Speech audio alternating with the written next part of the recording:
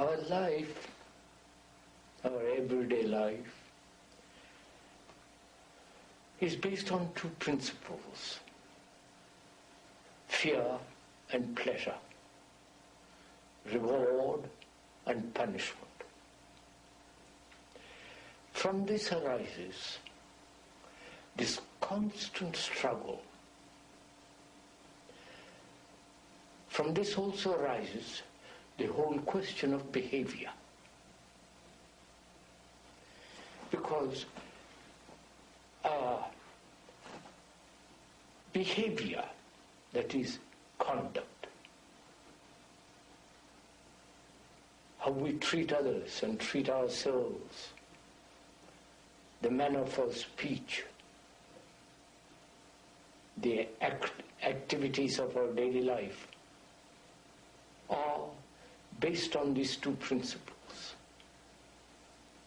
And as long as these two principles, which is fear and pleasure, reward and punishment, there must be not only contradiction in ourselves and therefore in our actions, but also in our relationship with each other. And struggle and effort to become something, to achieve something. Psychologically, we are speaking, becomes one of our major problems of life. I don't know if you have noticed how every human being, right throughout the world, doesn't matter where you go, whether you go in the Far East, Near East, or in the West, man is caught in this web, in this trap of endless struggle. Struggle not only to live securely, physically, but also psychologically. The battle that goes on within oneself,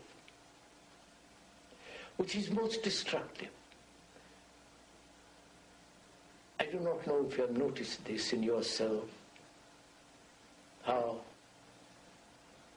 your life, your daily life, is based on this extraordinary principle of fear and pleasure, and therefore one is trying to dominate the other, and from this arises this endless conflict.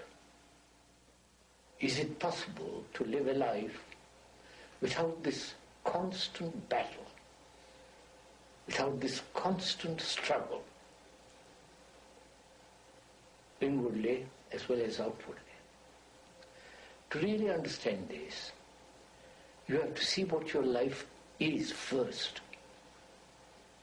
That it is a struggle, that it is terribly frustrating, painful.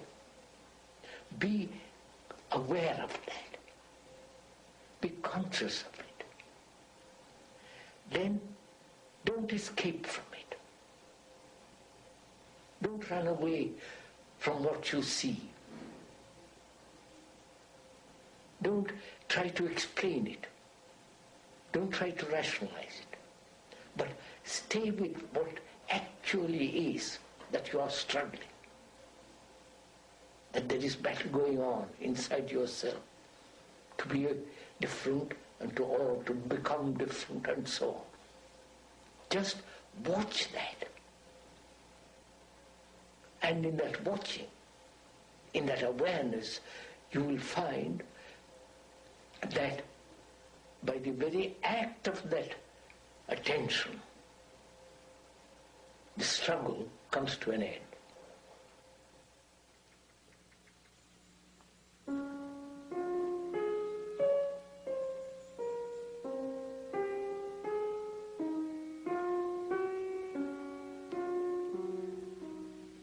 Silence has many qualities.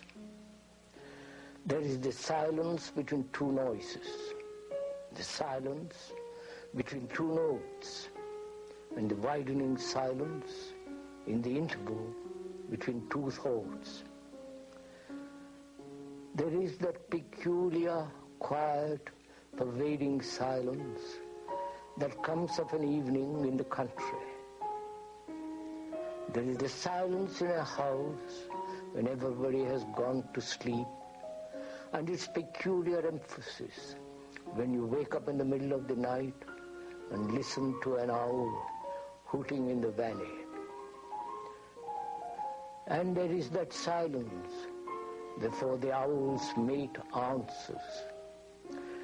There is the silence of an old deserted house and the silence of a mountain. The silence between two human beings when they have seen the same thing, felt the same thing and acted.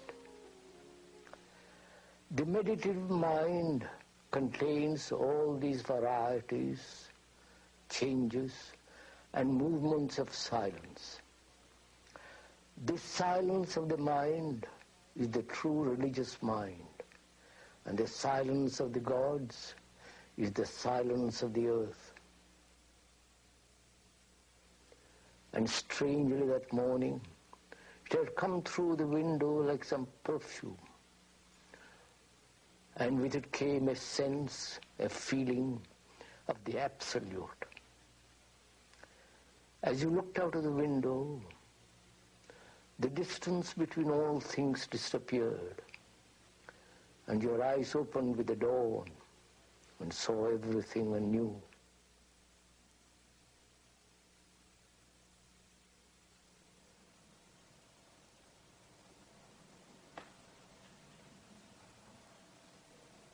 Love, like most human issues, is a very complex problem. I think we should approach it simply and look rather deeply into this question. Love isn't pleasure, nor desire, nor is it a romantic, fanciful affair. And